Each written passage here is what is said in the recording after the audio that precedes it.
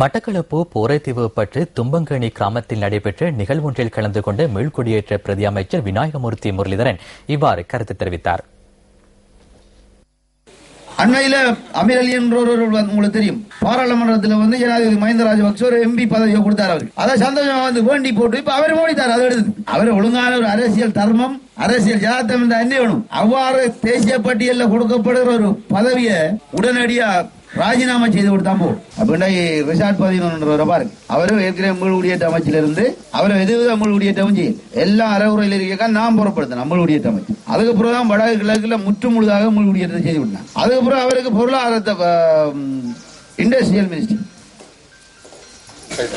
கைத்தொழில் அபிவிருத்தி அமைச்சு கொடுத்தா அது பெரிய ஒரு அமைச்சு. அதுல நிதி எல்லாம் ஒதுக்கி கொடுத்து அதுல ஒரு பெரிய அமைச்சரா இருந்தார். அப்ப அதையும் வழங்கினாரு ஜனாதிபதி மஹிந்த ராஜபக்ச வழங்கி வைத்தவர். அப்ப இன்றைக்கு என்ன நடந்தது, எல்லாம் விட்டு போட்டு போய்த்தார்.